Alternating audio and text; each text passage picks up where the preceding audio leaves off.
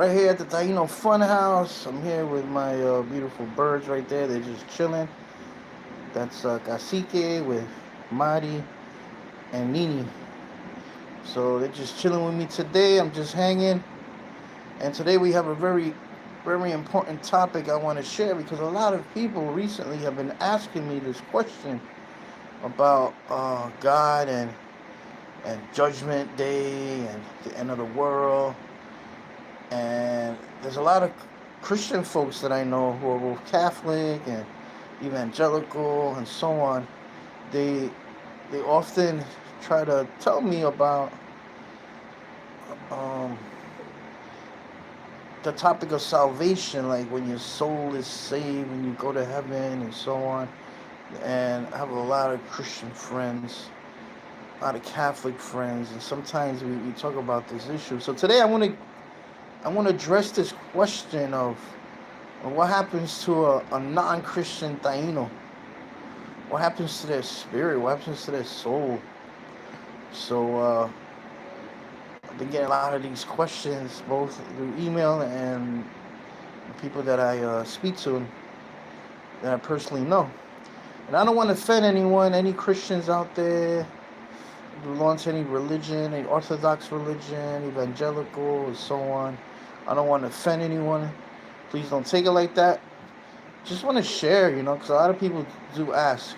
And many people, many Taino folks who were raised Catholic and also evangelical as well, there's a guilt that they feel sometimes when they go to a Taino ceremony or they start talking about Yokahu and Yaya. There's sometimes that guilt comes in. Like, if they were baptized as Christians, is this like idolatry? Is it, paganism and so on? So I get these questions all the time. Even though people have walked away from their churches, they still have a form of guilt. So it's not an easy way trying to figure it out. So this is my first attempt. I'm gonna see if I get some people to go on air with me who can not debate, but we can go back and forth and honestly share. Now, for a lot of people, I don't know if you know this. For a lot of people who follow me, I used to be a Franciscan friar, and I did get my college bachelor's through a seminary here in Queens, the Diocese of Brooklyn, and for many years I studied theology as well. I got my master's of divinity. But it was that one moment that I remember. It was two moments actually. The first one was actually reading. Well, no. Let me backtrack. My first major experience that I knew what I need to do in life as an indigenous man, as an indigenous person, who was feeling like I was the last Taino in the world, because a lot of people weren't talking about it, and then that people that did wanted to talk about it, they were a little embarrassed because of family and whatever pressure. So here's the thing. When I met up with some folks in New York City who also were acknowledging and identifying as Taino, it was a very powerful experience. And for those early days, I remember we put religion to the side, and we just try to enjoy, Taino culture the best way we can, or we could at the time. So we did a lot of with Taino Nation. There was a lot of opportunities to give presentations. So we had the Maya Wakan, we had the rattles, we had the dancing and so on. But I remember in my time there, I remember that whole religion thing was raised because there were a lot of Catholics within the circle and leadership. So it really caused an issue. But I had already left the Franciscans, so I already knew, the issue, not just in the Taino community or indigenous community, but different communities, ethnicities. So I remember, hey, what's up? Greetings from South Wales, United Kingdom. Awesome. All right, welcome to the TainoFunHouse from England in the house. Or I should say United Kingdom. Hello. Hello, I can have a shout out release. Sure. Hey. Huggy Wuggy.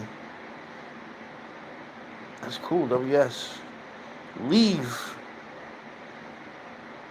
Legalton blank. Legalton blank. Hi. I don't have my real glasses on. Joe King 7707. What's up? My air quality index is hazardous. Yeah, we're pretty bad here. The air is yellow all day, and I took some pictures of the sun. It looked bronze. The name is from a video game called Poppy Playtime. Jeez. Yeah, same here. You guys, man. Are you guys MAGA? It's all right. I'm not gonna hate on you, but sometimes I get these MAGA trolls. Uh, yeah, where are you? I'm from New York City, Big Apple here, and we got the air was yellow today, and the sun is bronze. I took a picture. I won't post that up. 7, come again. Wait, come again? Forget it. Forget it. I just said if you guys were joking, you guys were MAGA. Sometimes I get MAGA trolls, but I try to have fun. I don't do politics. Smart guy, man. Or woman. That's fire for run night. Cool. I'm in Connecticut. Awesome, man. There. How's the air? Bless up, yo, Cleveland. Oh shit, we got Cleveland in the house. Nah, dude, I'm here to support. Thank you, man. That's green guy right there. He's here to support. That's it, man. True Taino spirituality is basically friendship. I just want to mention that true Taino spirituality, ancestral, is friendships. It was always about what I can do for the other person and what that other person gonna do to me in a good way.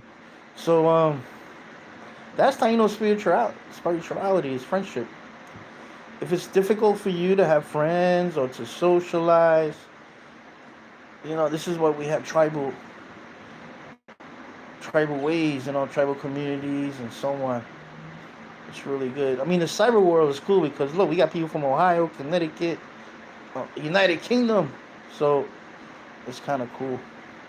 So I just want to mention a little bit about what a lot of people have been asking me recently in the past year about religion and Christianity. So, I was privileged enough to learn Christian theology, the Orthodox style of Roman Catholicism, but it was through them that I was able to travel to Montana.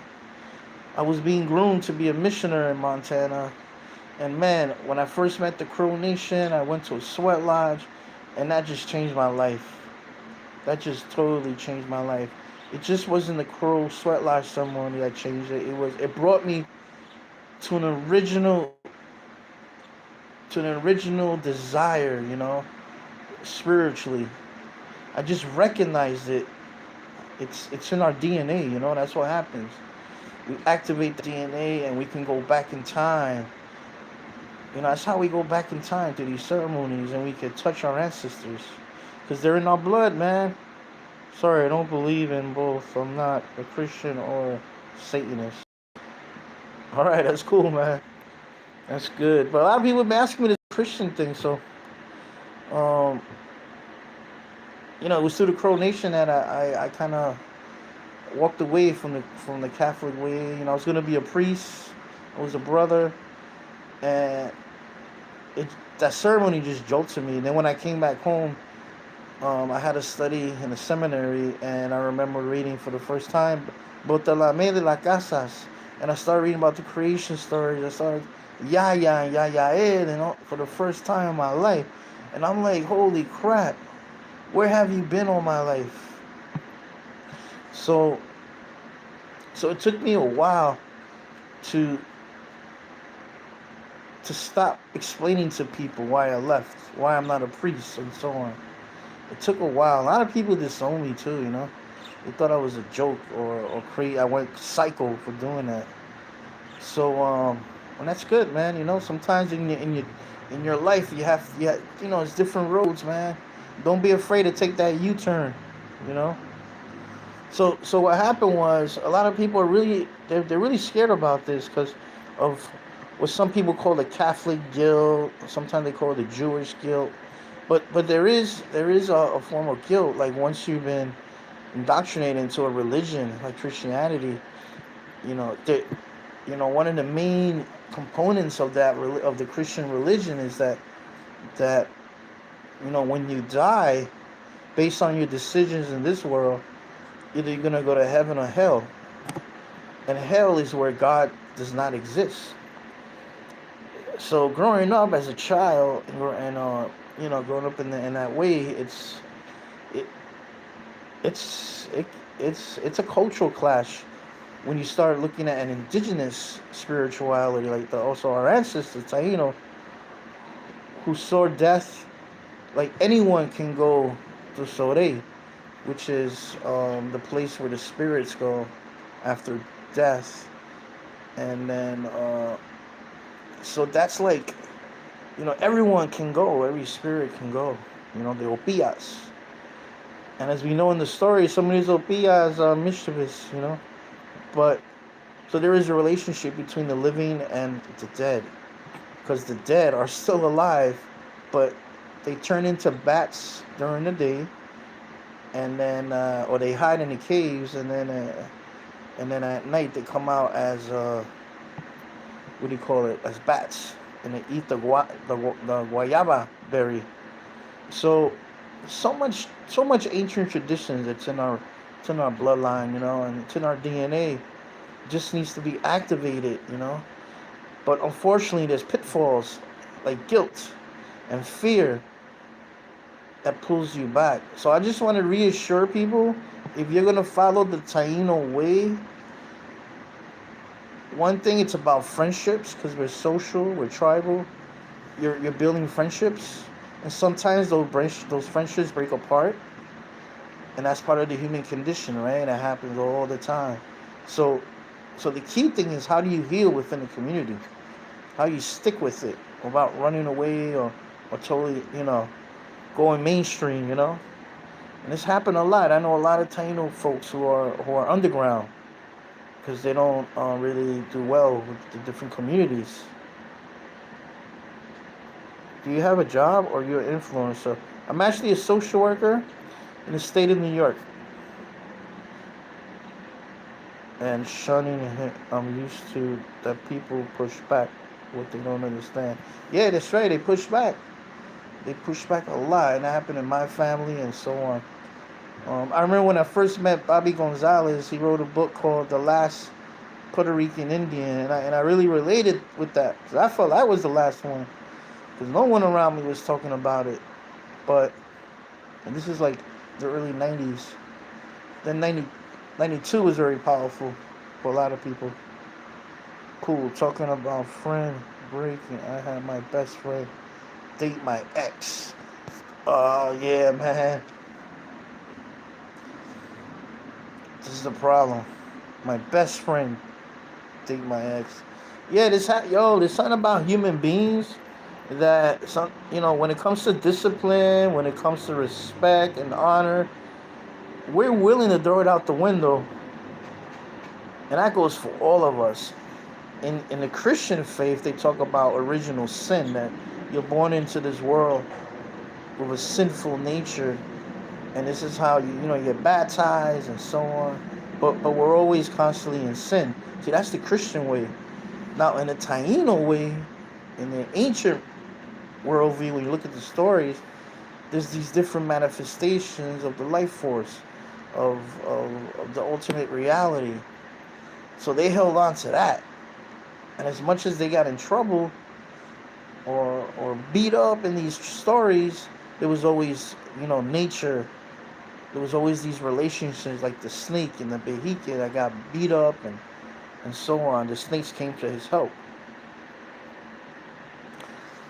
So So I'm not, okay, let me just do a disclaimer. I'm not saying Christians don't have the truth, because actually the Roman Catholic Church in 1965 did declare in the Vatican Council that every ethnicity, every culture has a share of the truth, like small t, like the Hindus, the Buddhists, the Muslim. Everyone shares the T, but the ultimate T, the big T, is what they call Jesus Christ. So this is what separates a lot of traditional native. We don't rely on Jesus Christ. We rely on this relationship with the earth, our mother, the cosmos, how we treat one another, and so on. But it's not this eternal condemnation or eternal punishment. None of that. But I can understand there's a long, many thousands of years of Christian tradition that developed and so on. So what happens to a Taino who's not a Christian? Are they going to burn in hell for not going to church? Well, let me just tell you right now. You have to follow your path. Okay? But let it be a positive path, not a path of destruction. Okay? Because many of us, we carry that energy of semis, the manifestation of fury in nature, like the hurricane. Sometimes we manifest that energy like the hurricane, and we hurt a lot of people. And for many of us, human beings, who cranked up the hurricane energy, many of them are in jail. So it's very important to stay rooted in rhythm, relationship, rely on our friends and family. Yup, you gotta rely on your friends and family. I know a lot of people say, water, blood is thicker than water and this and that, but hey, we're all relatives. That's the thing about Taino spirituality. We're relatives, we're cousins, so we have to help one another. And sometimes we can go into a disagreement, an argument, but I'm still gonna support you, So yeah, where's the non-Christian Taino going after death? Well, our ancestors said that our spirit goes to a mystical island, Sore. And in Sore, there's an area, the Lord of Death. Taino is really bad, but Yaba, that's the Lord of the Dead, and everyone is welcome. There's nothing written that says that only the good spirits live there, or opias. So here you go, life, you, me, who are alive and well, thank God. I came from Jehovah's Witnesses religion. They believe that the earth will be a paradise for some, right? Only them. Another thing. Sorry, slow typo. It's all right, man. Okay. Yeah, I know a lot of Jehovah's Witnesses. I respect them all, But sometimes, as human beings, we get it. Sometimes we think we have the big T, the ultimate T, but we still contain a small T, so we all have to get along, It's important. See, in a native way, you invite. There's no mandates, but, you invite. So in the traditional way, our ancestors, they recounted the ancestors how from life they will go to a place called Sore, which was, you look at the main capital of Sore, that will be Wabe. So here's the thing. And then at night, these spirits will come out. They call them opias. And sometimes they'll play tricks on you. And then the humans, we have a spirit of waste. Our spirit is waste. It's a living life force, physical. It's physical. Just like the semi is physical, we're also like a container of this beautiful gift that is humanity, And check this out. Yeah, what's up? You want to say something? But check this out. The humanity of it all is that we always manage and try to repair our lives and try to help others repair their lives. So yeah, we're gonna screw up bad, man. Everyone can write a book. I don't care how old you are or young you are. We all have experiences of this, making errors and failures and hurting people. But yet, on the flip side, there's this life force, like the semis, like Baraguabaed, the plants, the medicine, fire, Baibrama, the sun, Maharu, the waters,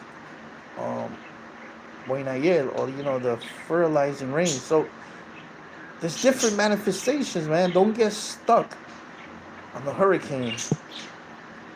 Yep, no one is perfect. And we all have a right to get angry, or we all have a right to focus on our mental health. In the indigenous way, like I said before in old shows, the physical, the mental, the emotional, and the spiritual, we have to keep those in rhythm. And they all work with one another. So we're not perfect. And I think our ancestors, and like many indigenous peoples, when they were in charge, the air was clean, the water was clean, the crops were beautiful. It seems like the ancient peoples really were trying their best to keep that rhythm. No person left behind kind of mentality. Yeah, and yes, there were tribal wars and there were disagreements. But when you look at history, you always see how sometimes these disagreements and these wars came about because it was disagreement on hunting grounds or areas. When you go to Borinquen and Quisqueya and the Taino Islands, there's actually petroglyphs under the beach water, and they found this because of erosion and so on. They found a lot of these petroglyphs, and they're markers. They're fishing markers. So in other words, whatever Yucayeke was there, that was their area. So they had this concept of sharing and not monopolizing. But when they had disagreement, that's when you had these fights broke out. Even though we use the Batu game, which is, again, I said this in the channel many times, it's a good way to settle your conflicts. So our ancestors were all about living life, rebuilding after the hurricane, rebuilding your life when you have to, or relationships. And then when we die, we're just going to go to another phase. We're going somewhere else. But we're not going to die. Our bodies will die, but our spirit will continue. And it's that's kind of contradictory to the Christian belief, because in Christian belief, you die, and then your spirit is going to be judged, and it's going to wait for the last judgment day, in which everyone's going to be judged, and that's when you either go to heaven or you go to hell, and so on. It's a Christian notion. So there's this waiting game. In the Catholics, they call it limbo, purgatory, where you're going to go to heaven, but there's some things you still got to work on. Hey, you know about that. Hey, you got to work on something there? Huh? You got to be working on something? So yeah, this is different beliefs, different beliefs. But it becomes negative when they start forcing us, That's not good. No one should force you. No Taino should tell you this is how you should do it. And that's wrong too. How do you keep balance as Taino with all the crazy stuff the world gives you? Okay, that's a very good point. I remember, you guys can go on YouTube. There's a beautiful movie, Lakota 38. I'm gonna try to put a link in the description, and it's a free documentary. And in that documentary, I learned for the first time what the language of intergenerational trauma. Okay, and we as Taino, as indigenous people, we carry that trauma, and we trigger constantly when you live in a material society. So let me see. How do you keep balance? So how do you keep balance? Well, what I like to do, I like to research different books and different articles on the ancient Taino way. So I'm always trying to pick their mind. I'm trying to pick it because you really had to work together as friends and relatives to get the job done. The crops, prepare for the hurricane season. A lot went into trading, the disagreements with the other villages. So, yeah, I'm always, that's how I cope. I try. And then I try to implement it in my life. So if I have an issue with, my family or my friendships, I try to think that Taino spirituality is friendship. It's relational. I also love to play music. This is my little Maya Wakana here. And sometimes I'll just sit here and I'll just go for some beats.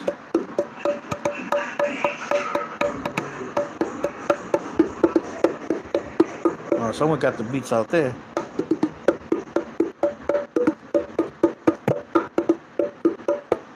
Now I have the phone on one hand, but I usually hold it with two hands, and I'll just play with the drum. I'll talk to it, and that really lowers your stress level living in this kind of society. Hey, you just made it to the live. Good to see you. Hey, good setting dawn. Welcome. Yep, it's a group effort. Yep. Wepa, what's up? Yeah, it's a group effort. That's right, the drum. Hey, wepa, ¿verdad? I've been watching a lot of these live shows. I don't know if you guys have the same experience, but sometimes it's like a person who's a chef or something, and all they're doing is chopping or preparing this exotic animal meat that I never seen in my life. Or they do like street food cooking, or they do those sound effects. What is that? The AMRS, these weird sound effects, that makes you relax and so on. So I was thinking I want to do a live show playing the Mayahuacan up here in the forest, and then we'll just play the Mayahuacan. And then maybe you guys can write comments and interpret what the drum is saying. This weekend, I'm going to go for it this weekend. I want to do that Saturday, this coming Saturday. I'm going to go to the forest. So yeah, that's all I want to say to all you Tainos out there. What's gonna happen to you when you die? Hey, that's the biggest mystery. We have these beautiful belief systems, but at the end of the day, we really don't know. But our ancestors had an understanding that the spirits, this energy, this life force does not die. And you have these beautiful stories, of the bats and the spirits, the opiyas. So I'm a hospice social worker for the past. I'm going on 23 years this year, and one of the things that I learned from my patients through the years is that many of them, sometimes in the medical field they call it hallucinations, but towards the end of life, you see relatives. I've heard my patients say, last night. No, I heard him say, listen, I think I'm going to die soon. And I'm like, what do you mean? Because my mother came to visit me last night, and she sat just where you are right now. And I heard those stories, constantly from different families, Puerto Ricans, African American, Irish, Italian, and they all share the story how it seems like these spirits come, and they're using a form of relatives. And they come get you, okay? They come get you. And I know a lot of people who are of different religions, like Christianity or Muslim, and sometimes they're afraid to die because maybe they haven't really had a very positive life. And I've seen a lot of people who share that experience and are petrified to die because they think they're going to go to eternal hell. And one of the things that we try to help them and support them and say, no. You are beautiful right here. You are human right now. You are excellent. We respect you, And most of the times, people feel it. If you're honest, people will feel it, and they'll let go. And the amount of people that they have that guilt. So that's why it's very important uh, to be kind to one another. Okay, it's better to love than to fear. That's how I say. Yeah, it's kind of difficult working in a hospice, but one of the things that I've learned, I used to be, still I'm afraid to die, man. I always tell people this because one of the things that I'm fearful of is that I'm gonna leave family, I'm gonna leave friends, I'm gonna leave, as much as this world is messed up, there's a lot of beautiful things as well, and I fear losing that, and how they're gonna react. So I fear it, man. So when I come in contact with my clients who share their experiences about, yeah, death is coming, but they have this hope because they saw their relative, you know.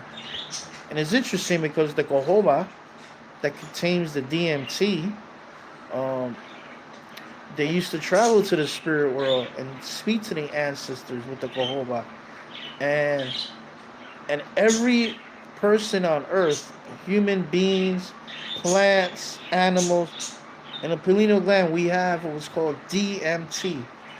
They've done studies where in the embryo you start creating this chemical DMT. Uh, Musicians,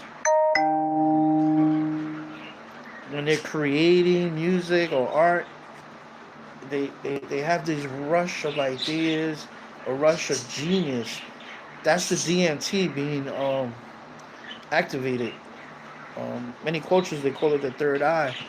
And so here's the thing: what people are experiencing is that Cahoba trip, man, because they're getting the DMT at the end of life, where you get an overdose of it, and this is when you start transitioning to death. But you're actually getting an overdose of it, so you're seeing you're seeing things that we're not seeing. The dying, they see stuff we're not seeing. They see what many people maybe call paradise. I don't know. But man, let me tell you something. Thou, what's up, D man? Yeah. A lot of my patients, I'm telling you, they talk about this afterlife, that it's right there, and because they can see their relatives. It's almost like going to a portal, and our ancestors believe in all that, and they have these stones like in Cerro de Bojica, and see that there's these stones. They're portals, So definitely our ancestors had this understanding through the Cahoba. But we all have the medicine. You are the medicine. It's in us. The geniuses of the past, those Behikes and medicine people, they managed to take certain plants and produce it, the DMT, so they could travel to the spirit world. Right? Yeah, that's right. They travel, right?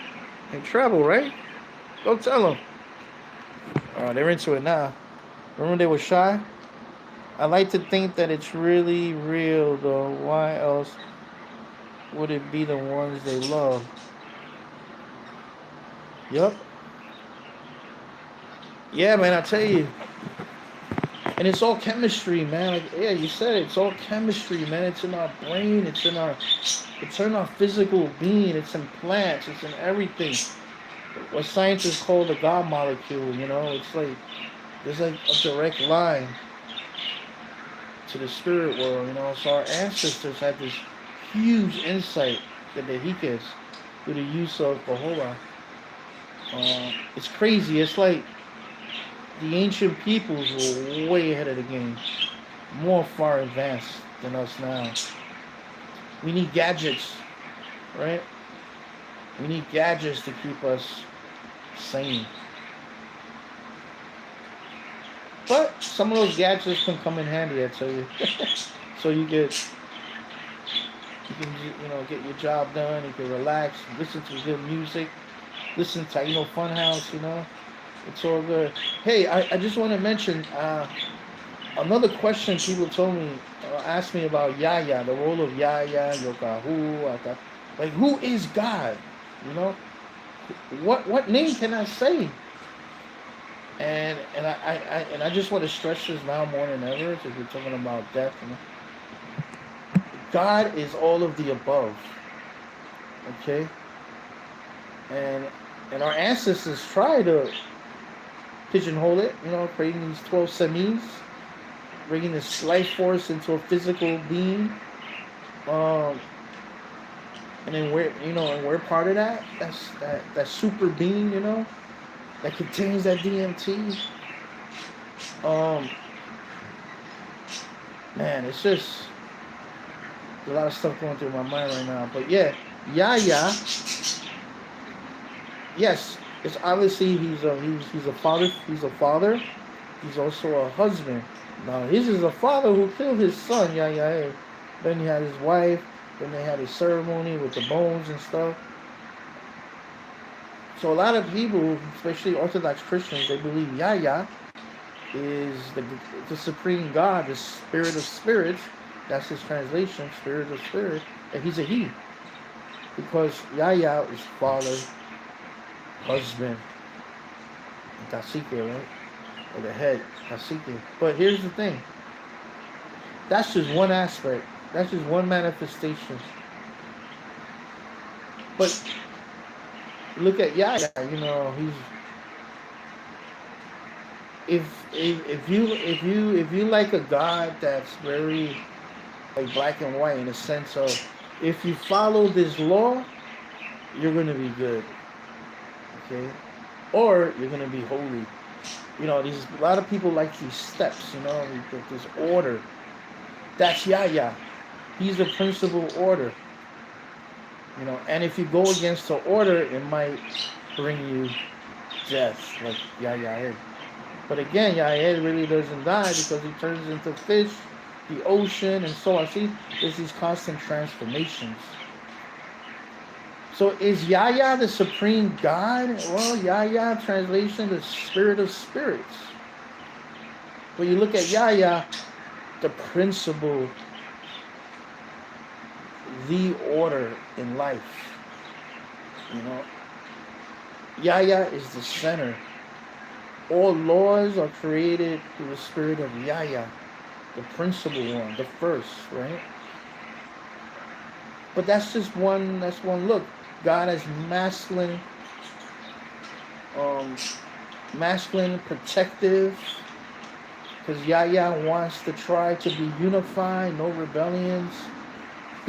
It takes a tribe, right? It takes a village. So those are manifestations of this ultimate reality. We don't have a name for it, So that's it, So we take clay, we take wood, it talks to us, or stone, it talks to us, and becomes our semi. In a traditional way, you take it to a behike for a proper ceremony to activate the life force within that stone or the wood. So now we have a little more free reign, since we don't have the Yaya laws, right? The order. So a lot of people are doing their thing. A lot of people are making the semis, reproductions of them, and then selling them. And I don't want to condemn that because those traditional behigas are not around, so they don't know any better. And even the modern behigas, a lot of these, protocols have been lost. So what we have to do now, today, is to don't do it alone. Search for someone or a community that can help in your development and your formation as a Taino. It takes a village. I feel the power of Yaya just by saying its name. You see? So Yaya represents this power. And if that helps you, you just, like many ancestors before you, Yaya spoke to them. And they wrote this beautiful story about Yaya and stuff. So yeah, Yaya is no joke. For me, I see Yaya as the ultimate power, that energy, the law, order. Okay? You just can't do anything you want to do. There's natural laws, There's principles that you have to follow, and that's Yaya.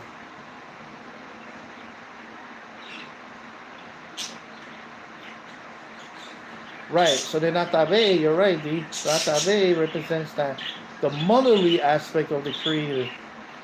You know, they're looking at their wives or their giving birth or whatever, or their children. It's wow. That's the mother is the human mother is teaching us the sacred teachings, this power of creation. You know? Yep. So you have Yaya, who's the ultimate male, masculine leader, and then you have Atabe, she gives birth to the cosmos. She gives birth to everything. And it's funny because when Ramon Pane asked our ancestors, "Who is your God?" And they were like, "Oh, it's Yokahu, Bagua, Manakoti." And then the very next sentence, "No, but wait, but he had a mother." But you see, there's that interrelation, man. I'll tell you, it's a Taino spirituality is definitely rooted in family structure and friendships. I agree. There is a natural law, cosmic, universal law. The Yaya is at the top. Yeah. Well, he represents the highest value. The highest value. And I always teach this to kids when I talk about Yaya as this highest value that we can understand or live life with those values. Is I tell you, does anyone remember when your mother said, "Don't touch the stove when it's on"? The burners, or do not touch the pot because they're hot. And sometimes the kids will be honest, and say, "Oh yeah, got burned." And there was one kid showing me a scar. So here's the thing.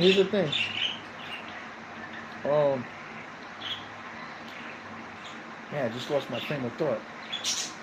See, you guys are distracting me, man. You guys over there talking.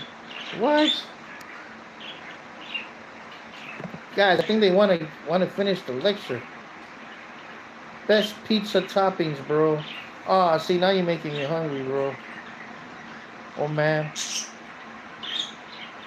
Actually, today I had a Slim Jim. Pepperoni Slim Jim. So my favorite topping is pepperoni. I can eat that all day. Thankfully, I'm well disciplined and I haven't messed up my arteries yet. I'm probably chicken and onion. Man, that's a good combination. Make sure that chicken is well cooked. Oh wait, water flower is there? Yo, water flower, you have a scar too, right? It's the scariest day in my life when my daughter went to search, when she went to grab a cup of tea that was her mother's tea. She was warned, don't touch this, and boom, she grabbed it and it fell on her arm. So we had to rush her to 911. We had to rush her to the hospital. It was crazy, but I know she still has some scars from that. So that's the thing, we have these images and we have these experiences. So we have to learn from them. We have to rebuild our lives, because damage will be done. There's hurricanes in our life, and it's part of nature, Jalapeno. Oh, I agree with that. Jalapeno, word up. That's a good topping. So, yes, I want to wrap this up. So basically, I know in my Taino radio days, we did a show on does the devil really exist? So, I know a lot of people truly believe that there is a super being that's a manifestation of evil that somehow manipulates our actions or tries to manipulate us to do the wrong thing and so on. It's funny when when you hear of characters like that in the creation stories, or in different Native American, it's always like a trickster or the coyote, um, or the cuco, and then the Caribbean, the monster cuco. It's gonna get you. I'm sorry, guys. I don't know if you saw the break, but my phone. As we know, we have 12 manifestations. Actually, we got 13, which is us, but really we got 14. We got Yaya, uh, the father figure, the principal, you know, and maybe you have a unique image of God, the Taino God, you know. So, so what's gonna happen when we die? What's gonna happen to the Taino people? Will they be, since we don't practice, since many of us, the non-Christian ones, don't practice that Jesus Christ is our Lord and Savior, and then when we die, what's gonna happen? What will happen to us? Well, according to our ancestors, we're gonna go to Surai, in which there exists a place called, guys, really want to take over? A place called Guave, where all the spirits chill out. So, all I know, guys, I'll tell you this one thing. I can tell you this right now. Yeah, the feet out. Can you guys see me? All I know is that I've been on certain medicines, or I was able to travel to the spirit world. I was reprimanded not once but twice, because I almost crossed that line between our existence and their existence, and thankfully twice I was stopped. If not, I probably would have died. So, I had those experiences, and many people, they see their relatives. Yep, they see their relatives. So it's important that I can't prove this logically, but I can prove it on my own experience. I've been in a lot of ceremonies and situations from different people, different religions, and so on, that want to connect with their ancestors, and many times it's been reported how it truly is a veil. I mean, we're this close of the spirit world. So, wow. It's a thin line between life and death. So it's important that we live today the fullest. Look around and see what you can do in a good way. If you like that pineapple, buy it, clean it, and eat it. It's nourishment. That's living life. If you know someone who needs help, a neighbor or a friend, try to help them out before they ask for help. Different things, different things. I know you know what I'm talking about. So, because many times we focus on the sin or on the negative, and we forget about our power, our goodness, our power. That sounds like a party here, man. I tell you. One day I like to share some of my Jehovah stories, and when I've been in different ceremonies, I think, these are all wisdom points from the ancestors. I just can't keep it to myself. I have to share it. But sometimes we get in trouble, accused of being an egomaniac. But it's all about sharing. If no one is sharing with you, and when they do, there's a price tag to it, just be careful, all right? Just be careful. That's all I have to say. Well, guys, I'd just like to end this live by just saying, what's going to happen to the non-Christian? What's going to happen if they don't practice the faith, the Christian faith? Well, we're all in the same boat. We're human beings, and we have these ancestral stories. We have these current stories from people who passed on, and it seems like the most important thing to really focus on is what you can control in your life right now, in the physical realm. Okay? So just focus on that for now. If people tempt you by challenging you to think about eternal damnation for being a pagan or being indigenous, whatever, just let it go. Just let it go. Let it teach you. Don't let it control you, okay? So guys, I'd like to see you all soon. I'll be back.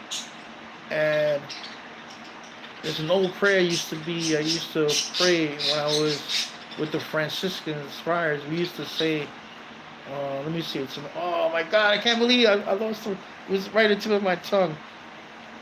Talking about more than 30 years, man.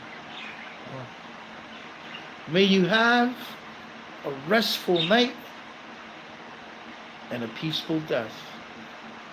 Peace out.